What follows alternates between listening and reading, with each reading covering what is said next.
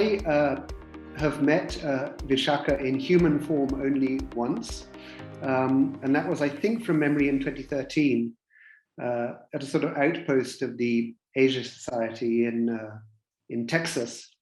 It was, I think, in Houston. Am I right, Vishakha? Yeah. And she really does have an extraordinary reputation for how much she has achieved, for the kind of levels of outreach within kind of academic and artistic and creative and intellectual life in the United States, but also with India or within India. And of course, that subject of that kind of crossover is very much what we'll be hearing about today. It's also the subject of her new book, World as Family, a journey of multi-rooted belongings from Columbia University Press, which has recently been published.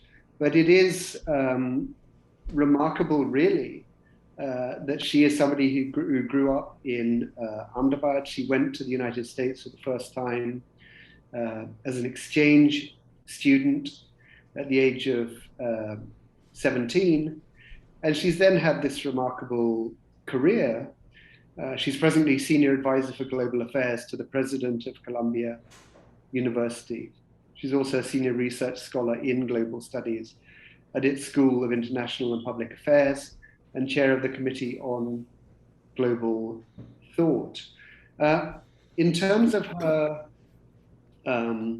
background, she's a distinguished art historian and commentator.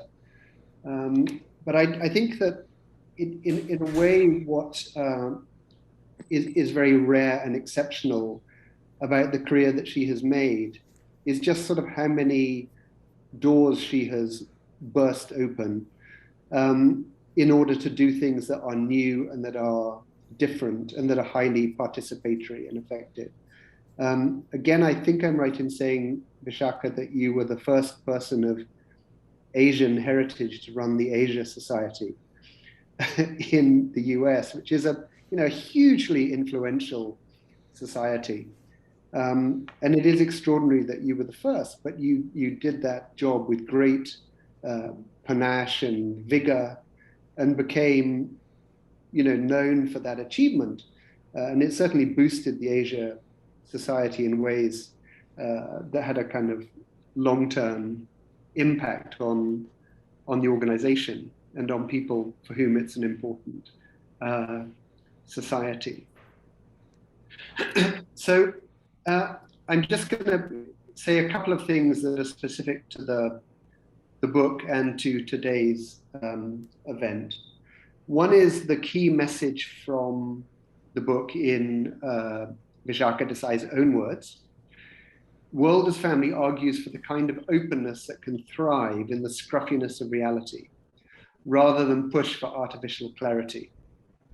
It is open to all points of the compass, privileging fluidity that emerges from intertwined diversity over sharp divisions. As hard as it is to achieve one central balance in the midst of the unprecedented and interconnected challenges we all face as a global community, it's also necessary to find the personal balance while we swim with the flow of collective currents. And in relation to the book, just to say that the idea of treating the world as family, which originates as a Vedic phrase, is the kind of principle or concept underlying the points that Vishakha is arguing for.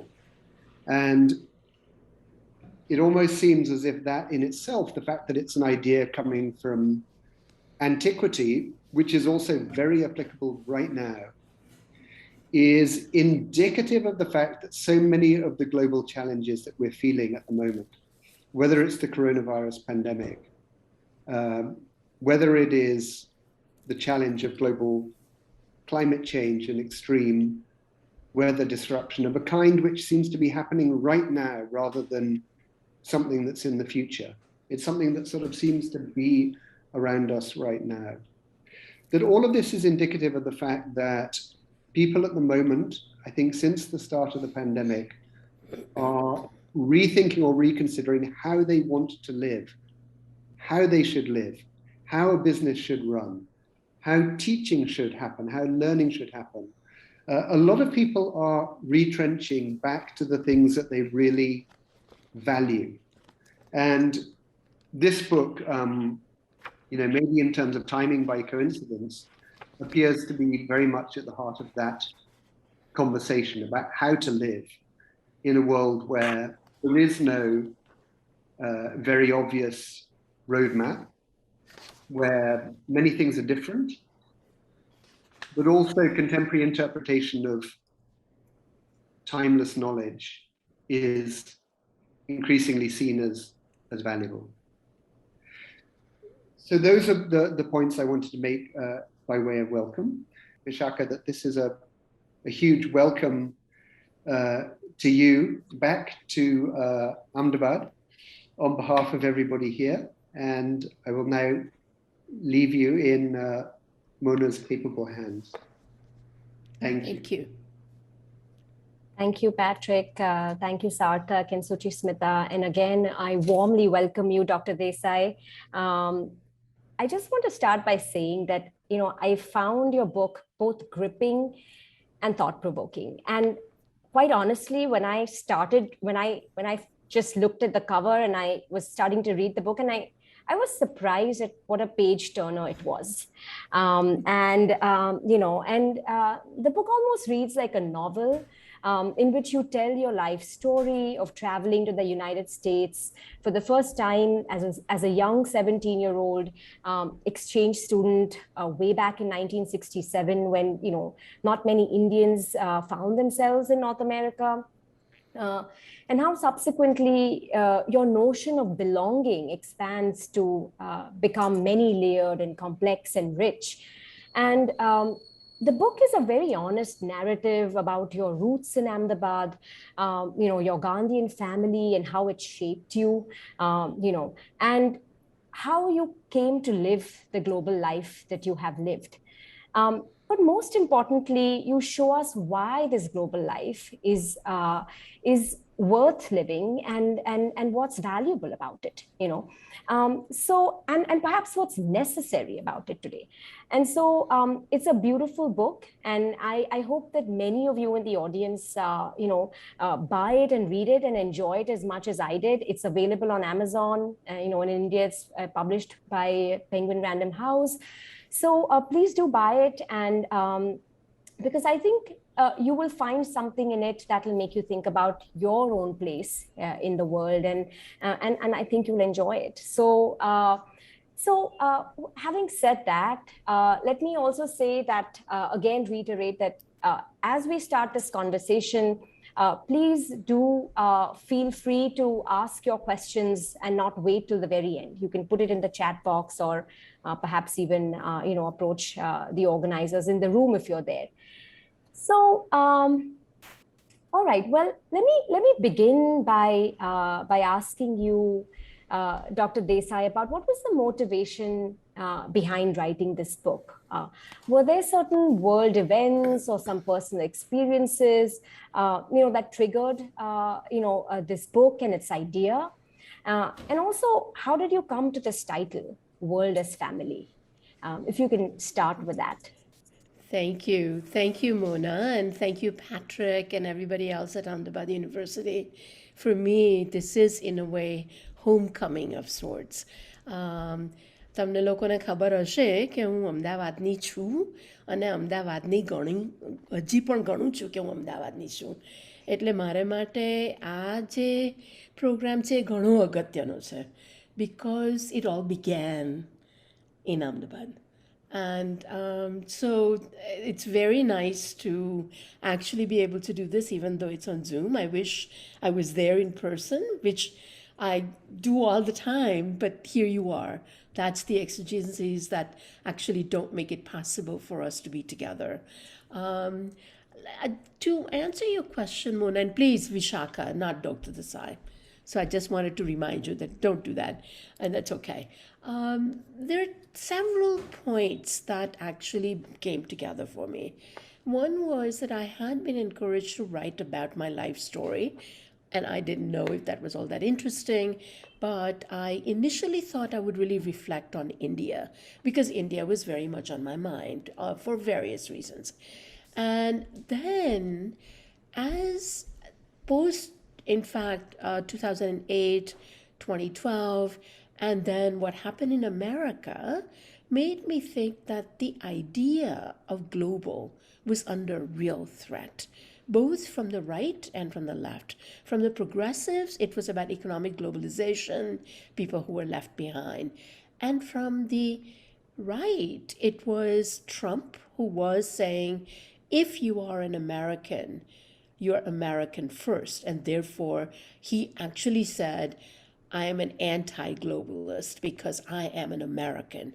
So this idea that you could be one and making it exclusive and putting global in a kind of much maligned monster kind of a way made me think about, my gosh, I feel so passionate about this thing called global in the sense that it is about exploring of myself in relation to the world. And then I was at Columbia working with students, working in global thought, as Patrick just mentioned, which is a graduate program.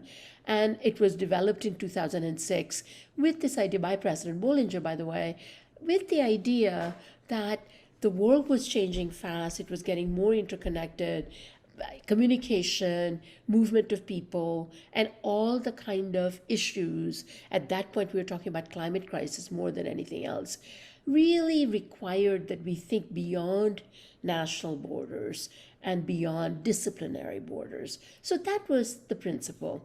And as I started teaching in that program, which is now 6 years old, I really began to think about the fact that young people, like yourself, Mona, or even younger than you, that these are people who live with world in their palm. You know, today 50% of the world's young population, or more actually, has a smartphone. They can connect to the world no matter where they are. They are, in a way, the Generation Z, as people say, are the first global natives. So with them, as I was talking with them and teaching them, the question that came up for them all the time was, I believe in thinking about the world, but is it possible to be globally connected but still locally rooted? Do we have to give up? Because all the rhetoric around was that it was mutually exclusive. You can't do one and do the other. It was also because the idea of global was kind of, pardon the expression, but the Goldman Sachs executives traveling abroad all the way around what some people call the Davos man. That was the only idea. And I kept saying, you know, there is another way to reclaim this idea of globality. And that is my personal experience, which is I claim my belonging to India. I claim that I am an American citizen. And out of that multiplicity, I claim that I'm an Ahmedabadi and I claim that I'm a New Yorker. Now, in that multiplicity lies the possibility of figuring out, how did I become and why did I become so passionate about things global? So for me, it really started with my teaching and the political situation that I found myself in, like everybody else, to say we have to reclaim this space. And then COVID happens. The book was done, the manuscript was almost ready. I was going to look at it one more time during the spring break in March. And I realized that, oh my God, this is more urgent than ever. I mean, literally, the world lives in our body. COVID-19, when it happened, it was very clear that it spared no one. And we still know that it spares no one.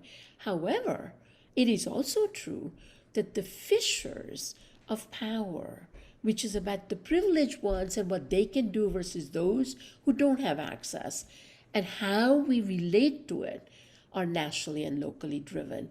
So then I doubled down and I said, this is exactly what needs to happen. And I must admit that I'd been toying with different titles. I'd settled on World as Family. All of us know it as Vasudhaiva Kutumbakam. overused, a cliched word in India, and problematic in some ways because it's sometimes used to say, oh, but we already think of this. Never mind that we don't act that way necessarily. So I had actually almost given up on that idea until COVID happened. And then when it happened, and I said, oh my God, the brilliance of that phrase, Vasudhaiva Kutumbakam, which is only the second part of the full phrase that is written on the front of the Parliament of India. And the full phrase goes something like this, that only the limited mind or the people with limited mind think of the blood relatives as their own. But those who are of the magnanimous mind, Udara Charitanam, actually think of and know that the whole world is family. And then I realized the brilliance of that phrase is in the word family. What do we learn in a family? There are a couple of things we learn in the family. One is, first, that you're part of a unit, that you are an individual, an independent human being in relation to others. So it's about independence in the context of interdependence. It's also about the fact, as somebody said the other day, what does family mean? You show up. When people are hurting, you show up. When people celebrate something, you show up. Also, that in functional families, we think about, in a way, to say that even if we have grudges, even if we are unhappy about something, you sometimes have to let it go and rise above it for the sake of the unit. And that made me think about the fact that our global family is completely dysfunctional. It is not functional because we have not figured out our independence, whether it's national or local, in relation to our interdependence as human beings. And the big crisis we know in the world actually don't know national borders. And COVID is a perfect visceral example of that.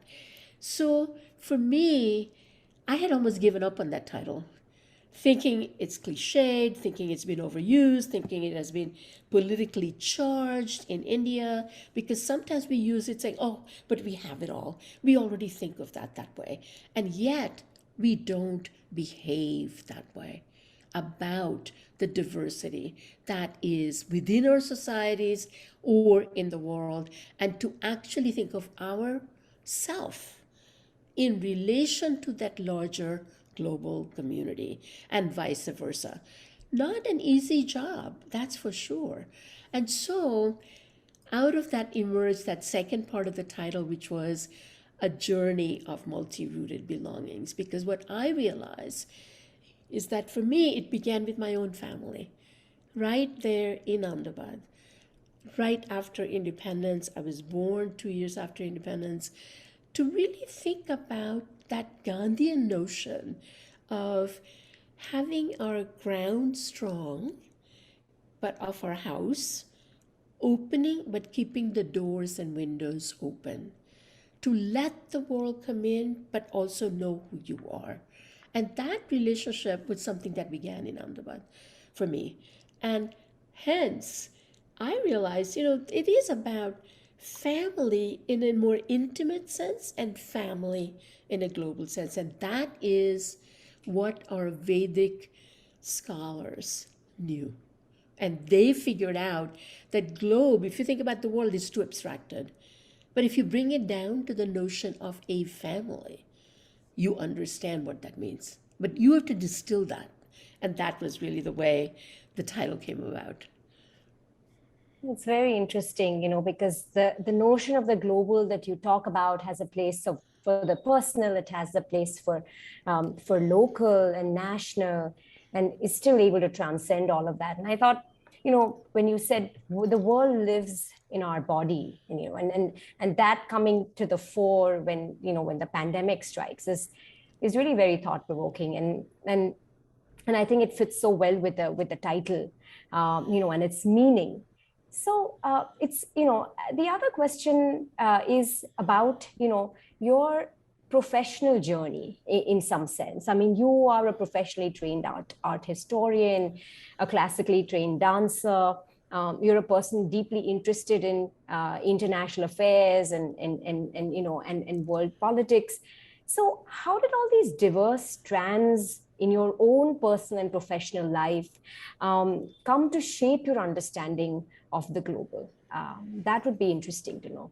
Yeah, and there in that question are actually several strands.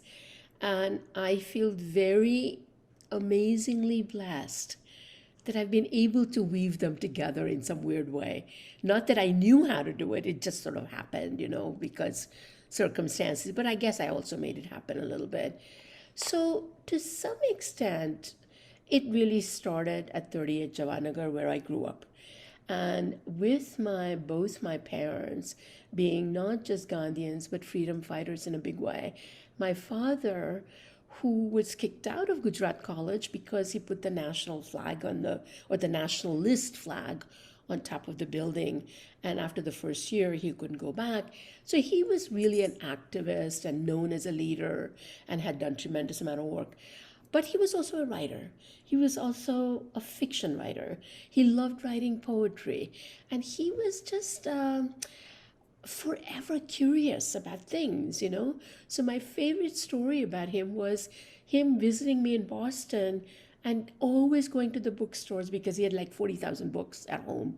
And we just gave most of them away to Vidyapith a little bit later after he passed away. But looking for Marxist Italian poetry.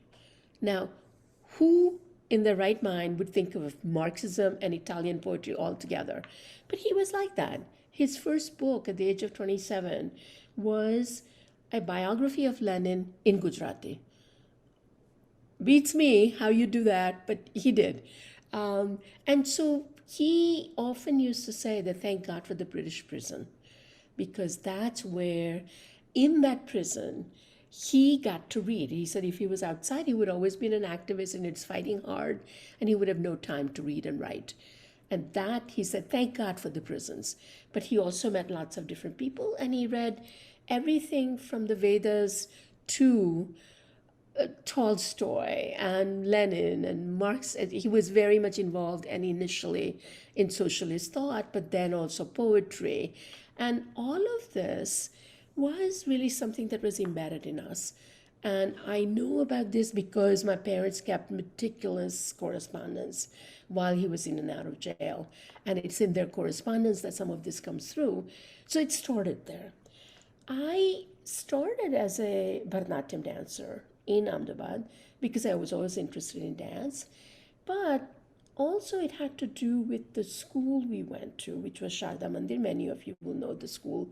In those days, it was really an amazing Gandhi-inspired, inflected school, but also very open to the world. So I have a chapter in the book called Who is Kwame Nkrumah?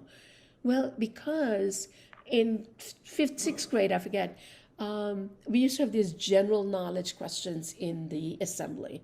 And I was asked to speak about the non-aligned movement.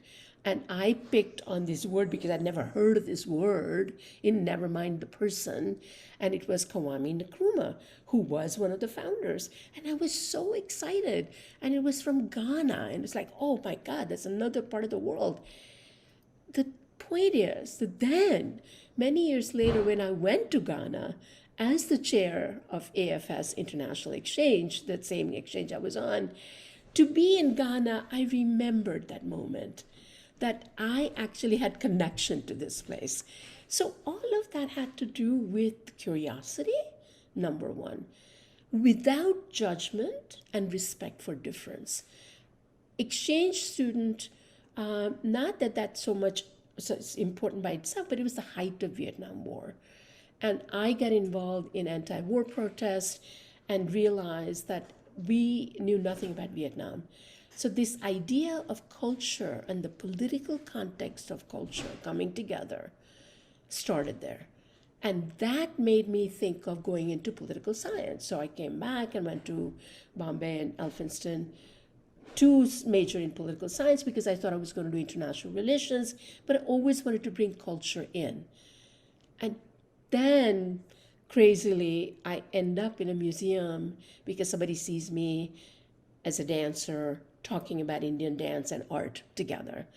And that got me thinking, oh, you could actually make social change through museum.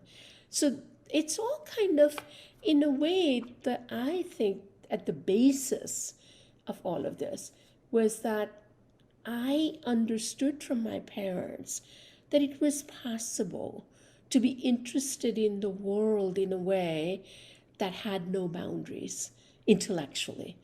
And then looking at it synthetically and connecting really began when I came to America at the age of 17 and lived with an American family, got involved with the Vietnam War. And that made me think of, okay, you have to think about worlds and you have to think about disciplines, not in a narrow way. And what is it that you want to make a difference? So from the Cleveland Museum, working with fifth graders, this amazing program of working with African American kids really made me think about how art is really one of those unique human endeavors that allows you to be of a place, to represent a place, to be of a time and transcend place and time. So example I use in the book is to bring these African American kids who didn't know where India was, they didn't know who I was, and then working with them and getting them to become friends with Shiva Nataraja in Cleveland Museum. And after 6 weeks, they're roaming around talking to their friends. These are sculptures. And it made me just feel like, wow, this is possible. It is about the transcendent power of art, connecting power of art, that we mustn't forget, even though we also have to think about the specificity of the object, historical notion. That led me to art history. And then I said, if I'm going to do this right, might as well get a PhD and do it right, you know. But I've always been back and forth. And ultimately, Asia Society in that sense was a perfect home for me, because Asia Society is not just a museum, it is a museum, performing arts, policy, education, contemporary affairs. So it suited me well in a way. So I feel very privileged that things have happened that way. And then Columbia is again where I can put it all together and teach what I want to teach because I'm not in a department. So when I went to Columbia, Lee Bollinger asked me and said, okay, you're going to be my senior advisor, but what department do you want to be in? And I was very clear. I didn't want to be in art history because I didn't want to be constrained. And global thought just suited me really well. And I'm learning so much, and how proud I am that I can continue to be a student and a learner while also working with young people. So there you are. In Long some ways, answer. it's great because, you know, it's you thrived in not being able to be slotted in one box, and, you know, and to operate from the in-betweenness. And, you know, and so that's quite beautiful. And, you know, but let me ask you another question. Some might say that traveling across the world and experiencing the best in all these cultures and diverse, you know, experiences is really a privilege reserved for a very small minority of very fortunate Indians, and that the vast majority of Indians may never, get the opportunity to travel, work, or live, in other parts of the world. So hence my question is, what are the sources available for ordinary Indians to experience and celebrate this idea of the global, the idea of this multi-layered belonging that you talk about, without physically transcending borders? I mean, can ordinary people, without the privilege of traveling the world, can they be global citizens? It's such a perfect question. And I've thought about it a lot. And I am very aware that I've had a wonderful, privileged life. There's no question. Not that we were very rich, but because I had the opportunities. But I will say that actually, to be global doesn't require going to other places. You can do that, but it's as much about going into communities that you're unfamiliar with. In India, is a perfect petri dish because we are made up of so many different cultures, so many different ethnic, regional connections, varieties. It's not just about eating those different kinds of food. It's about knowing those people. It is also about knowing people who are really different from you. And so I always think about my parents, especially my father. He did not get to travel until much later in his life. But even without traveling, he traveled the world by looking at books. Like today, you have Netflix. You can watch movies. You can watch movies from New Zealand to Africa to whatever. And think about that. What movies are you watching? What stories are you telling your children? Who are you connecting with? Are you actually thinking to have difference but respect for different kinds of people without value judgment? This is something that to me is one of the best of the Indic traditions that we are forgetting. And it goes back to the Vedas. It isn't just a new phenomenon. So this notion of heterogeneity, whether it's in multiple gods and goddesses that we have, the fact that we don't have one truth, the fact that we don't have just one God, there is a spirit that might be, all of that suggests that multiplicity is in our DNA. And with that, how do we nurture that? Right now, we are attacking that idea of multiplicity. But there is a way to use it as our advantage, because scientists tell us that biodiversity in forests is one of the best ways to preserve the forest. Cultural diversity has similar possibility that if we do it right, rather than fighting and killing each other, we actually can be stronger. Then it's like multiple rootedness, and I use the example of banyan tree because banyan tree has that. It's multiple roots that go and become branches and come up with something new. It gives us stability that is actually richer than it would be otherwise. And those are the ideas that we have to think about in India is without traveling, what can we do to go outside of our comfort zone? How do we learn about people different from us? How do we think about what do they think? Maybe there should be an exchange program between different communities to really learn about them. Because for me, living with an American family in 1966 and not knowing much, because in those days, we didn't have television. You didn't learn much about America. If you knew anything about the world, it was maybe a little bit about England. And then to have that experience without judgment, without putting people down, that made a difference. And so put yourself in somebody else's shoe.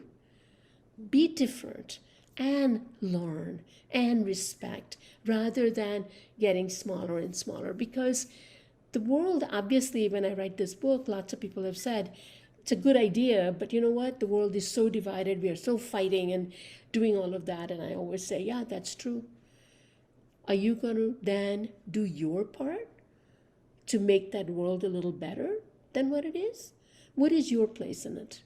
And how do we think about it? And that has to do with beginning at home, those values that become very important, which in India we already have, but we are losing it and we are actually fighting against it. Mm-hmm. Yes, I think your point is very well taken. We don't need to cross physical borders in order to appreciate difference, to celebrate, people who may not eat like us, talk like us, pray like us. And actually, there's a question in the chat box by Deepal Trivedi that I think really speaks to, I think this point that we've been talking about, which she says that, on the one hand, we are talking of being or thinking global, but on the other hand, in a place like India, I still cannot marry outside my caste, or I could be lynched if I had different eating habits. So how do you connect this new India we're living in? Everything matters now in India. That matters now in India is value judgment, bigotry. How do you explain this? That's the sort of question. Of course. The perfect question. because the truth of the matter is that this idea of globality has been so misused sometimes that it means maybe I can go to a Mexican restaurant and get Thai food and all of that, and that becomes our notion of global. The truth of the matter is that to truly live with global consciousness means not only respecting one another for their differences, and that idea of how much, rules, regulations, and I hate to say politicization of certain ideas actually make our world smaller rather than bigger at home. Then it's easy to go beyond your local environment and say, but I am global because I'm traveling, because I can go and eat these foods. That is an easy way out. It actually, to really live in that space of global consciousness, not global consumption, does mean that you have to think about the values that will help you be part of the larger world. And those values are not going to come by itself if you're not practicing at home. So and this notion of the inter-caste, inter-religion, my parents were from different castes. This in the 1940s was a big deal, and to get married was a big deal and what that would mean. And those constraints still continue to exist in India. So at some point, I would say that if we keep putting constraints in how we think and live, it will be hard for us to actually participate as global citizens fully, with the understanding that actually local and global all have to be connected like a palimpsest. And that's what I talk about in the book, that it's the layering that happens. And that's not to say that everything you have in your culture is all perfect, because it isn't. But it's also about being reflective. And I've worked very hard to really reflect on what is it and why is it that we think the way we do. And that is something that we have to train our kids to do and behave ourselves so that we model ourselves.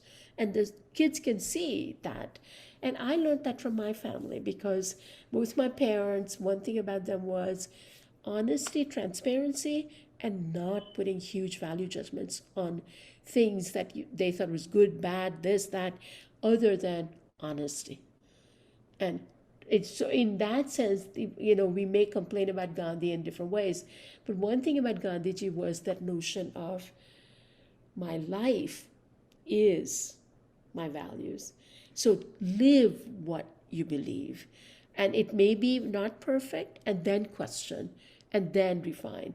And those kinds of things are hard work. It's not, as I keep saying, it's not a walk in the park. This is work. To be able to live and transcend and move back and forth between local and transnational and global. And it's confusing sometimes. And I write about that in the book too. It is confusing. But keep your mind open and be reflective and self-aware of where you are. So it's a very, very good question, Deepala, and I think that it's a kind of work we don't want to do, and our schools don't always allow that. So this is a huge challenge, but we have to do it. Thank you. તમે બહુ સરસ જવાબ આપ્યો. Thank you. Thank you. Thank you. So, I really liked this idea that global consciousness is not global consumption. And I think there's so much there for us to think about, as we are such an aspirational country, and, we want, and we think of ourselves in a certain way, and this is something for us to reflect on. And, we have another student here, Pranav Kumar Saha, who's also asked a very thought-provoking question, I think, which is that, sometimes we try to find similarities in different cultures. For example, the similarities in beliefs and rituals, and maybe the way we lead our life. How well does this help us to connect with others on a global level? So should we latch on to our similarities? Is that what will help us? That's an interesting question. Yeah, I mean, I think that to me, I look at it both ways.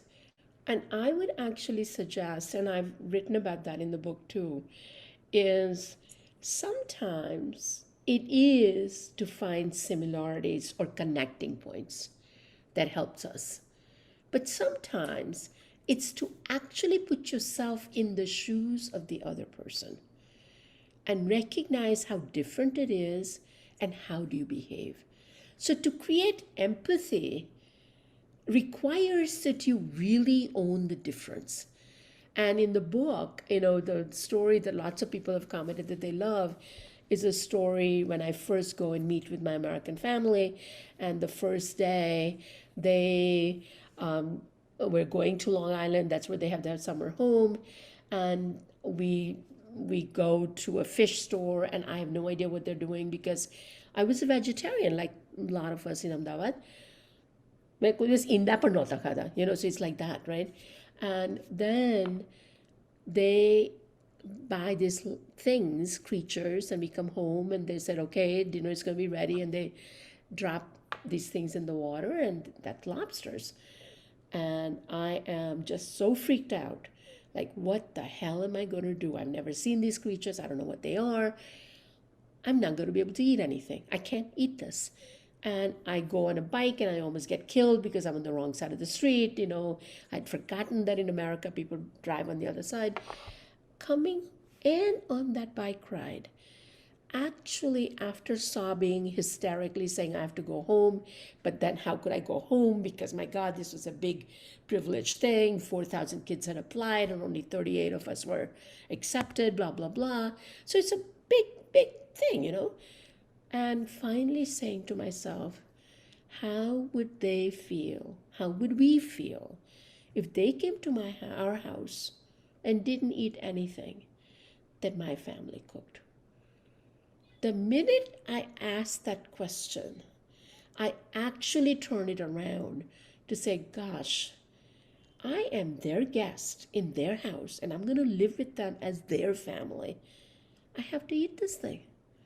And then the bigger question was, because my parents had never said that vegetarianism was kind of a religious right or religious thing, but it was more from the Gandhian tradition of nonviolence and, all of that. And I said, but this thing had to trump because I can't not eat what they're offering me to eat. I have to eat this. And that made a difference because I realized there was a huge difference. And of course, they thought in those days vegetarianism in America meant you ate seafood or chicken, just didn't eat red meat. But the point I'm making is to actually make that bridge does mean you have to understand the difference and yet have empathy, to put yourself in their shoes. And at the same time, ultimately, what most religions talk about is you are human first. Then you are all these other categories. So there's something about the humanity that's connecting, that's similar. 99.9% of our DNA is the same. So you could say, yeah, we have lots of similarities. I mean, we have the human body is a similarity. So let's think about those layers. But cultural differences is what often divides us and makes us fight because we think we are better than somebody else. And that is what we have to fight against. I hope that was an answer for you, Pranav. Yeah, Pranav, would you like to respond to that? Or yes, ma'am. Thank you so much. I definitely agree with you that there are also some kind of differences that we have to fight and come up with because, every time similarity is not going to help. Sometimes differences also help us to understand others. Like you said, right? We have to put ourselves in others' shoes. So yeah, that's the point. That's well taken. Yeah. okay. Maybe now we've talked about this, off and on, and the idea of home and belonging is so central to your book, and obviously it all started here from Ahmedabad, and so Ahmedabad played a very big role in your ability to explore this idea of home, explore this idea of belonging. It shaped you. So how did the city shape you, as you were growing up, and how have you seen it change over the years? Yeah, I mean, I give away my age by just saying when I grew up and when I was born, but I've already said it in the book, so it's out there. Everybody knows I'm 72 years old, so there you are. But having been born 2 years after independence, in a family that was imbued with the spirit of the independence movement and with the Gandhian tradition and with their family friends who were like that. So Uma Shankar Bai was a good friend of my father. There were lots of people like that who were around us, going to Sharda Mandir that was inflected with the Gandhian spirit, and going to a Gujarati medium school, and I'm very proud of that, to actually know your own literature, your own culture. So we all read Kanhaialal Munshi, we read Uma Shankar Joshi, we knew these great poets and writers of Gujarati. But my father and my mother, especially my father, Papa, was always clear that you know that, but that's not the only thing you do. So even in 5th grade, I remember reading Gujarati translations of Bengali novels. He would take us to Bengali movies. This was Satyajit Ray and all these people. In those days, the only people who went there were Bengali. So there was no subtitles. We didn't have the subtitles, and we still went to those movies, to just see it. But that you remember because it was so different. It was something that was special. The thing about Ahmedabad in those years, I would say the first decade, especially after independence, is that there was a spirit of the movement and a spirit of the intellectual curiosity and the spirit of being open that was very strong, and a pride that it was by choice that a lot of these middle class, upper middle class families did not go to English medium schools. They sent their kids to Gujarati medium schools more as a national pride, as a pride of being a Gujarati. And then at the same time recognize that you have to learn English well. It starts as a language, but you don't need to learn about Indian history in English. You can do that in Gujarati. And we all did Sanskrit. I did Sanskrit all the way from 5th grade on.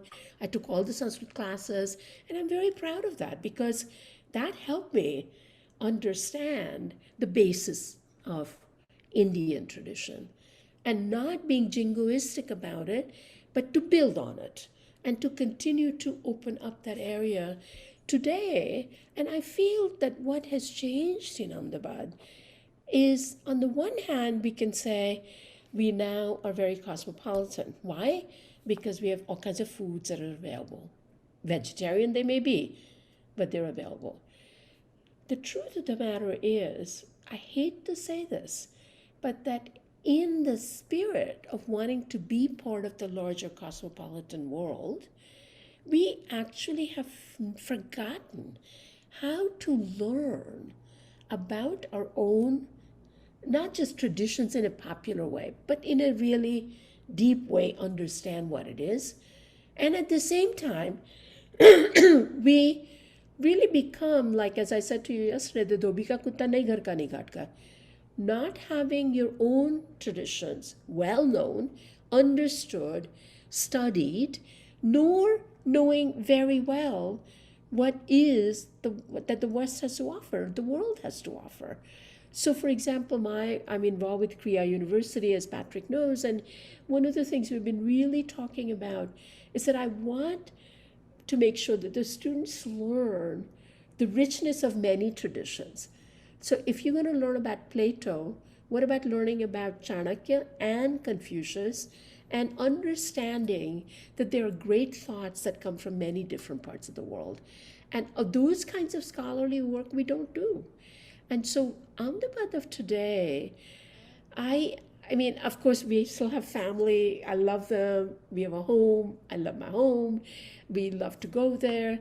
So there is a lot that I really miss not going. The last year and a half has been really hard.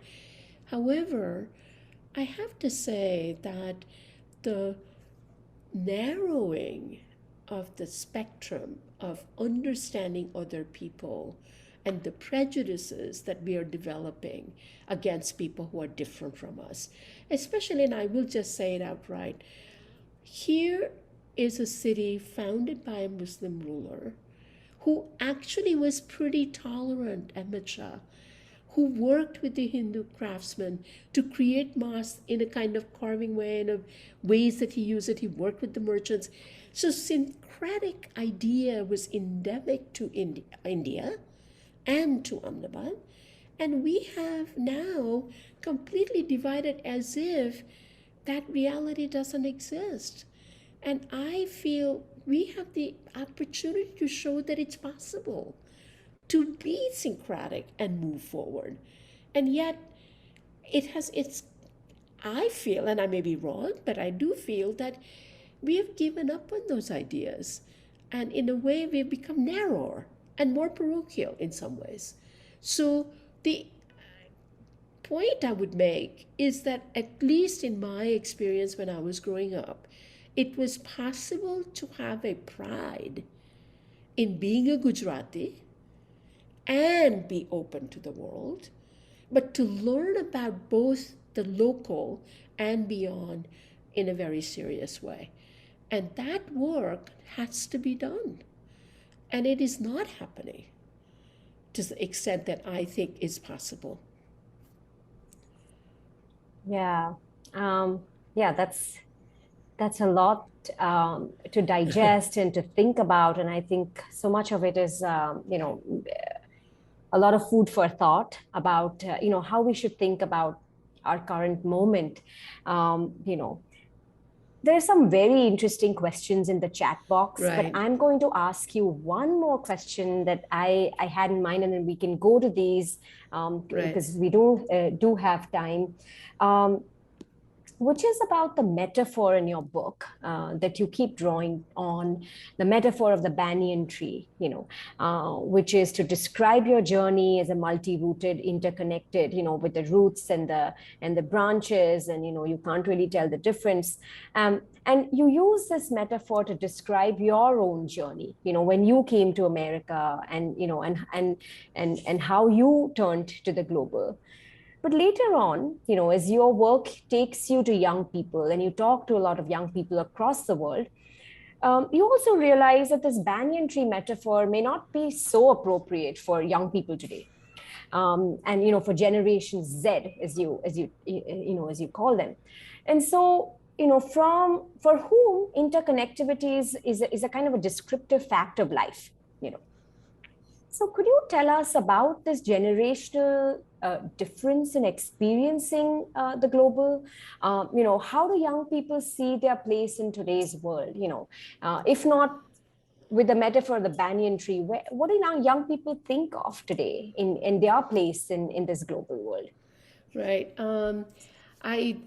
It's towards the latter part of the book, and I thank you for picking it up, because at Columbia we have this research project that we run from Global Thought, and that's called Youth in a Changing World. And part of it is to have qualitative understanding of the young people, mainly Generation Z as they're called, to understand how did they think about their place in the world, and what is their sense of the change that has occurred. And one thing that became very clear to us is that while young people, whether they're in Rio, Istanbul, Chennai, or Tunis, or Paris, or America, they all actually, and studies after studies have shown this, but we know this qualitatively, that they're quite aware of global challenges. They're also more tolerant of things like migration, climate, they're very, very concerned about. And At the same time, they're very anxious. They're anxious because they live in what I call the anxiety of simultaneity, that they are living in the local global world at the same time. And there is a lack of stories, lack of systems, lack of any kind of visible way to figure out how to navigate these layers of local, national, and global. I realized that being of a certain age, I came from a place where there was no television, never mind cell phone. When I first went to America, you had to actually book a call, and it took 3 days to get a connection, and you could talk for only 3 minutes, and that too was very expensive. So the point I'm making is that I had the privilege and the luxury of growing into this layer by layer and adding to it while I never gave up on the local. So for me, the point was to add but not give up the bottom. For the young people, they have to do all of this at the same time. And they have no role models, and they have no way, and they really feel the systems fail them all the time, and rightly so. Because if you think about even international systems, the UN, WHO, these are all systems that came to be after World War II. And they're still very nation driven, national vote that goes to the global. They're not transnational and interdependent as a kind of a phase that they must really develop. So the students and young people know the reality, they feel it, but they also feel the anxiety of living simultaneously in all these words. So the banyan tree sounds very luxurious, actually. So the student that you're talking about, this young person in Nairobi, we often ask them to draw something collectively. And his drawing was so powerful, where he drew a road. First part of the road had potholes in it and an old-fashioned English-looking car with two people. And then there was a steep hill. It just literally dropped off. And what these young people said, especially this young person, is that our parents may have had potholes in the roads. It was hard, it was scrambled, it was not much that they had. But they seemed to have a clarity of where the road was heading. Somewhere you go to school, you'll get some job, and you'll do something.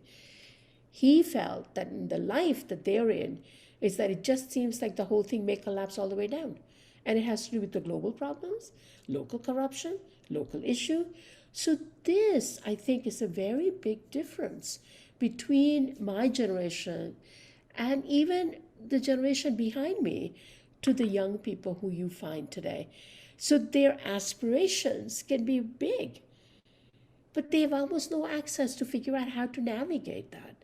And this, I think, is a real challenge that we have not figured out how to actually manage that.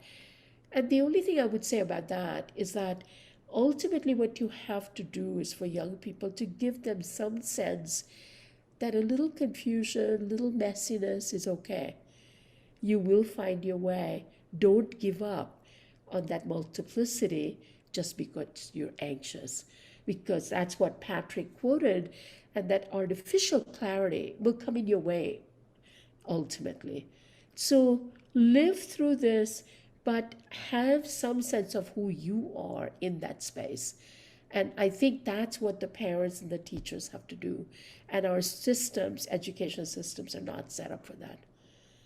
Yeah, I think that answer really also in some ways addresses this question and a paradox actually that I was struck by in the book, which is, the paradox of living in a globally connected age, but being mired in parochial fears and fear of the other. And so I think it does help me make sense of, how we got here. Where did we fail? And we just, we've failed in the economic systems we've produced. We failed in the education systems we've produced, and we just haven't created the international structure to sort of let this new generation, live with the peace under the banyan tree that you experienced, Right. So, yeah, did you want to add something? No, I was just going to say that I think that as you talk about the fail, and I think it's really also understandable that when you are confused or if there's too many things going on, either you try to create artificial clarity by putting other people at bay, and or you say, no, but this is mine. So you fight hardest for the small perch that you have. And out of that emerges also political leaders who use and work on that fear, as Trump did in a big way, which is to say, all those other people are causing you a problem. The truth is, the world is changing, but if you can blame somebody else, and over time in history, political leaders have done it all the time, which is to say, when things are a little tough, you say, oh, it's somebody else. This person is causing it. That person is causing it. So we have to fight, keep them at bay. And that kind of division gets sown. So in a way, as I was saying the other day, that these are two sides of the same coin. It's because the world is bearing down on interconnectedness that some people are going to fight hard to hold on to their little perch because they're anxious. Also, it comes from ignorance, but anxiety, ignorance, and then its manipulation is very easy. So what we have to do is to resist that temptation, and how best to do that. And not easy to do. I'm not saying that it's easy to do, but especially as educators, all of us have a real obligation to figure out how do we keep the minds open and not closed. Right. Well, we have Patrick has a question. Patrick, do you want to ask your question? Oh, thanks very much. I actually have got two, but I'll try and keep them brief. I was actually struck by the point about the generational change in terms of what people have access to in terms of global information right now. That is something that has categorically changed in my own lifetime. If I think when I first came to India in the 90s, there were huge areas of international or global life that you simply had no access to at all. Whereas now it's almost like there are students all over the world. You are freezing a little bit. Yeah. Patrick, are a bit like what used to be called third culture kids. In other words, they're kind of grounded in multiple cultures all at the same time. Sorry about that. Yeah, can you also type it if it's lagging? So I was just saying. No, I can hear you now. I can hear you now. Yeah. Okay. So I was just saying that there are now students all over the world who are a bit like what used to be called third kids, who have access to multiple, multiple different forms of knowledge, and it's really hard to say where they're grounded. The two questions I wanted to ask. One was just if you could say a little bit about your experiences of how you broke through in the US in so many different fields. I think that when somebody's in a position at a certain point in life, it can look as if, maybe it was straightforward, and maybe they were meant to be where they are now. But clearly, to achieve what you achieved was a significant and radical act. And I'd be very interested just to hear a little bit about sort of how you thought about that process as it was happening. The second question was about global thought. It's something I've been thinking about a lot recently with colleagues, and particularly global intellectual history, and how there is so much theoretical work on this, but so little that's actually usable in the classroom. I was thinking, for example, of something we want to bring together, of a translation of intellectual history from different Indian languages, which would be a book for use in the classroom, really. And I'm just wondering if you have thoughts on why there is such a lack, and whether you have ideas or examples of where you found resources that were usable, particularly for teaching? Right. Both great questions. So let me take the first question and I'll try to be brief because there's a lot to say.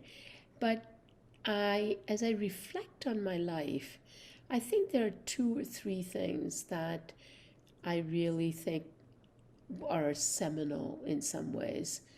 One was that I was very fortunate in a serendipitous kind of way, the things that happened to me. And I really, and I use them. I mean, I don't want to be kind of saying it's just only my luck and, it's out there and so forth and so on.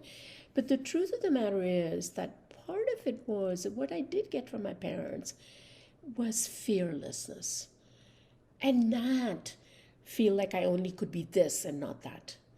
Because I saw them, both my mother and my father. My mother was one of the founders of Jyoti Sangh, one of the first women's institution in India. And she also got married at 31 and decided she was going to be a mother of 7 kids. But she always thought of marriage as a choice, not a foregone conclusion. My favorite line in the book is, in fact, when she said to me when I wanted to get married at the age of 21, a little too young, they were trying to resist that I get married. And I said, no, I want to get married. But the point being is that she said marriage was a comma in a sentence, not a period at the end of a sentence. Think of your life before, think of your life after. So there was something about choice and agency. My father was both a journalist, but it's a capacious writer, thinker, read about all kinds of things, and his interests were very wide. And so I grew up with that idea, right? And then things that they came along, it was, like getting into the Cleveland Museum because of my dance training. That allowed me to go into art. That art allowed me to go into the museum. But I never gave up on my interest in political science and politics. So I thought it was possible to have not just those interests, but to meld them in some ways and always be conscious of the political context of the work I was doing. And at the same time, I will say also, which I did not really write as much in the book, and that is that, for example, when I was asked to become from being a head of academic programs at the Boston Museum and public programs to being a curator, and that was a position that Ananda Kumaraswamy had. As a woman, and I was the first person, a woman of Asian origin, in the Asian art department in Boston Museum, to be in a professional position, not as a secretary. I should have I was doing 2 jobs at the same time. I didn't get the salary increase that I needed and wanted. And I didn't know what to do about that. So then I went into the academic route and I was teaching along with being in a museum. But the point I'm making is that I think there were lots of opportunities that I had, but I also realized that it was not always, it maybe took me a little longer than it should have. I should have been in a position that was much higher in Boston Museum than I was given. And then I come to Asia Society. And not only because, it's in the book, so you can read about it, but I think I had proven doing the work, not just as a director of the museum, but as a senior vice president. I was running around. I was in charge of opening the new building, renovation of the building. And yet, I knew that they would have a hard time to actually appoint me as the president because I was a woman. They never had a woman before of Asian origin. They never had that before. And they never had somebody from the cultural side.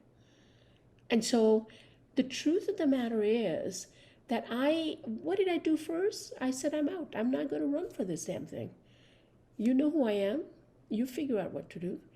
And then when they come back to me, I was very aware that these were issues on people's minds. So I worked with the board members to say, ask me those tough questions so I can answer them. So the point, it took me a while then, which I talk about in the book, that when I'm appointed, and there's a big article in the New York Times, and Richard Holbrooke was my chair then, big powerful personality in the foreign affairs side of things. And his big quote was that we hired Vishakha Desai not because she's a woman, not because she's of Asian origin, but because she was the best candidate. And we had a former ambassador and a president of a university, but we chose her over them. Okay? And it didn't sit well with me. And I sort of said to him afterwards, as I mentioned in the book, and I said, Richard, and only in private, because with Richard Holbrooke, you don't say things in public, but in private. And I said, Richard, please, don't ever say that you hired me not because I was blah, blah, blah. I said, because I'm a woman, because I'm of Indian origin, because I come from arts and culture, I will be a different president. I will actually change that job because of who I am. So don't actually undermine the difference that I will bring. And he was shocked. He said, I was giving you a compliment, that it was need blind, color blind, blah, blah, blah. And I said, don't say that. And luckily he didn't. But the point being is that I think I realized that I have had amazing breaks and in situations, but I did work hard for it. And I was very aware of those limitations as I grew older, that I had to compensate for that. And it's something that a lot of women leaders have talked about, is that, and also people of color in America especially, that to be something that nobody else is ahead of you, you have to be twice as good and work twice as hard. And that's the fact. And I did. But I also had amazing breaks and amazing people who have supported me for a long time. So, it goes both ways. The second question, global thought. We just had our orientation with our newest cohort. 36 students from 20 different countries, from 15 different disciplines. And one of the things we always talk about is, what is a global thought? And it's not global studies, it's not global affairs, it's thinking globally. And one of the ways we've developed this idea is, what we need to do is to give them any given global issue that might be a global issue, to look at it from local, national, and transnational perspective, and to look at it from multiple disciplines. And bringing faculty from different places, and Columbia is very fortunate, we have amazing people. So in any one topic, like let's say COVID, I can get an anthropologist, a public health specialist, and a legal scholar together to talk about that particular issue from their perspective, and to give people that sense that actually you need to look at all of these issues. And we have found that there's almost no one book that you can use. But the biggest paucity, and that's partly why I wrote this damn book, is that it's all almost either too theoretical or too economically driven. So globalization, as we've defined it in economic and political terms, really covers, it just kind of takes away all the oxygen from the room. However, if you go to Craig Calhoun, Arjun Appadurai, those anthropologists and sociologists have thought about other ways to think about global that actually is very useful. But there is still very little that is in personal terms, in human terms, to say, how do you live with this? And that's the reason, one of the reasons I wrote the book. But I think that you do have to then combine it with some fiction, some nonfiction, as well as anthropologists, sociologists. Ross Krauss has done really good work, and Rosalind Morris, who is an anthropologist at Columbia. So we really look out for those things from different places. But I think the project you're talking about, the intellectual history with translations, would really be great. I also think we need a book like that looks at the global from the perspective of many different cultural traditions, historical and otherwise. So I'd love to know, within the Vedas, what we find, what has Lao Tzu or Confucius said about that, as well as Plato, which we know So I don't know if you've seen you must have done also Appiah's Cosmopolitanism, and also the his second book on identity. Those are good books too. So, but when I come, we will talk about that to see how to do that. It's terrific. Actually, there is Patrick. If you're done, I mean, with your questions on this, actually, there's another colleague, Chirag Trivedi, who speaks to the question that you've just talked about, which is the frustration of teaching in the classroom in our present circumstances. And so let me read that. That's by Chirag Trivedi. Right. The point of cultural consumption versus cultural consciousness is well taken, but then we breathe in times that puts economic production and growth as well as materialism at a higher pedestal. I mean, it's very difficult to inspire students in my courses to realize these transformational ideas. A society's system of material production has an effect on the rest of the culture. So people who have less power also have less ability to adapt to cultural change. So how do we give them a full-bodied exposure to what we mean by the global here in our Indian classrooms? Yeah, I mean, I think that is an issue almost everywhere, but I think it's particularly true in places where the primacy of the material well-being is so high that it's very hard to open up the questions and discussions.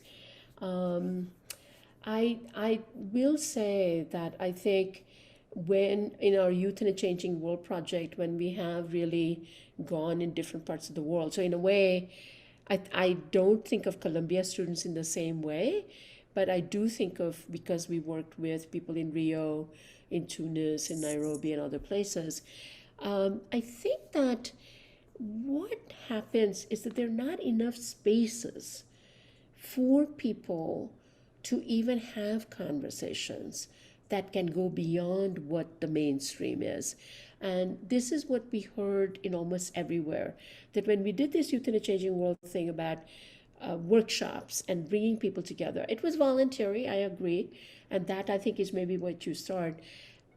Get something going voluntarily, even if it's outside of the class, and then see if you can infect people to ask questions and also excite them about learning about things other than what they know. So in Rio, for example, we were at a university that was really made up particularly of the first generation kids. It's a state-run public university. And these kids were taking international relations. And the professor they had, he worked very hard on bringing perspectives that they were not used to. So he would go out of his way to show them something from China, something from other parts of the world, and raise the questions. And it turned out that as a result, kids were really excited about learning those things. So part of it would be to see within the scale, what can you open up? And I'm not saying that it's easy, but I think it's worth trying to see what would excite them, and then bring other perspectives in. So you can't start from a big generic idea of the global as we're talking about it, but where can we start with where they are and get them excited about going beyond? So maybe it's to do with the issues that they're all facing in terms of what are their fears. And then get a book by actually a very good friend of mine, Zach Duqual, who has done a book on Generation Z in China. What are the Chinese kids thinking about it? What are some other people thinking about it? That way you might be able to bring that perspective. And now with the Zoom world, we can connect with people from different parts of the world. So can we use that? I don't say it's easy, but I do think it's worth trying to figure out different pedagogical approaches that would be helpful. But you will know better than I do, but I do feel that it's worth a try. Okay, well, we have 5 minutes and we have at least one question from a student and also another question maybe from Sarthak. So let me be, the student's question is from Veena Shrisat. And she asks a very important question, which is that how do we navigate conversations with people who don't think in terms of curiosity and respect for differences, but we still have to talk to them, you know? Yeah. I, I think that it maybe has to begin somewhere at home. And I'll just give you an example.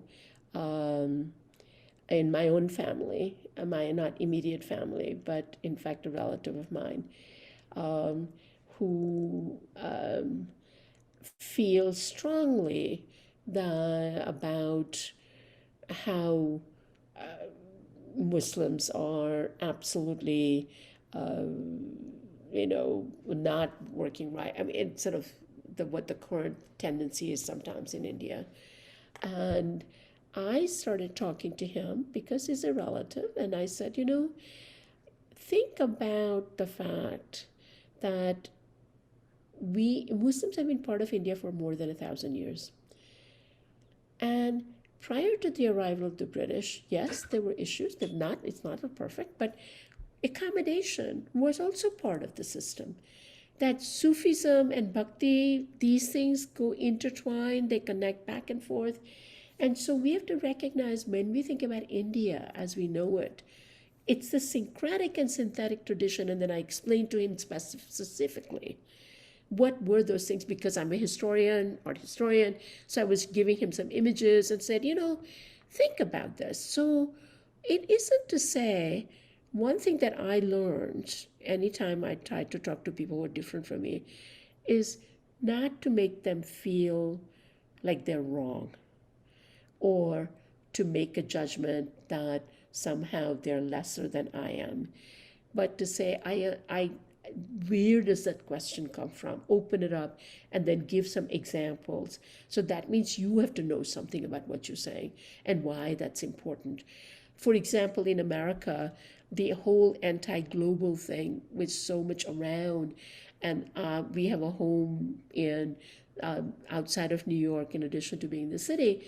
And I was talking to somebody, and we talked about, and he would say, well, who cares about out there? We have to worry about where we are. And I said, do you go to Walmart? Yeah. So you buy shirts and clothes and other things there? Yeah. Where do you think it comes from? Oh, well, China, of course. And I said, yeah. So then China is in your world, it's in your life. And how do you think about that when you wear a t-shirt made in Bangladesh and the factory in Bangladesh is burned? It actually affects you, right? And he said, well, I never thought about that.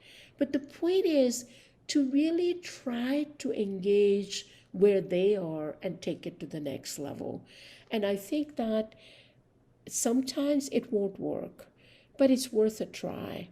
And the only thing is that I think there's lots of work done right now in America, because polarization is such a big issue that, for example, Agora Institute at Johns Hopkins, they're really trying to work on this idea of how to talk across borders, across lines. Not easy, because I think that people's minds are so made up sometimes, but worth a try. And I think the only thing is to say, if you start from the premise that they're wrong and you're right, you won't go very far. I hope that answers your questions. Yeah. Yeah, I think that's very helpful. And, we are completely out of time, but, I'm going to ask Sarthak if he wants to ask his question, and maybe that'll be our last question. Is that, can you? Yeah, that's because I have at 10 o'clock. So in any case, I think Dr. Desai has a lecture. So okay, so I just want to thank you, Vishakha. It was such an interesting conversation, and there's so much for us to take home and to think about, and so thank you so much.